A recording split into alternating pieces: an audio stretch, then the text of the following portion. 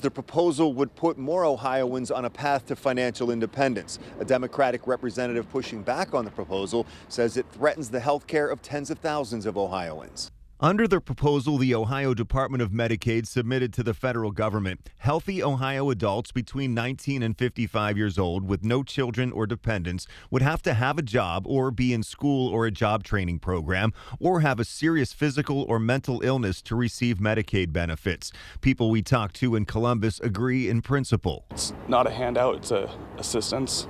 And so if you need the assistance, then I think you should have it, but it's not a free ride. Anytime you're receiving compensation, it's probably good to prove that you are working towards contributing yourself. In a news release, Governor Mike DeWine said in part, reinstating our work requirement will promote self-sufficiency.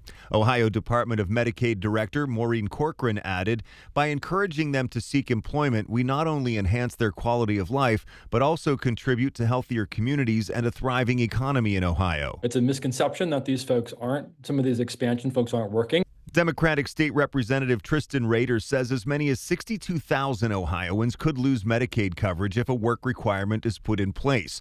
He wrote a letter to the Department of Medicaid in January urging the director not to institute it. Steps can be difficult for folks, especially folks that are really struggling to make ends meet, that are struggling with transportation needs or struggling to maintain consistent, work.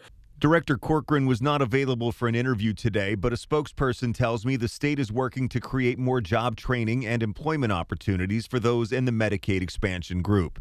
Now the Department of Medicaid is waiting to hear back from the federal government about whether the state can implement the Medicaid work requirement.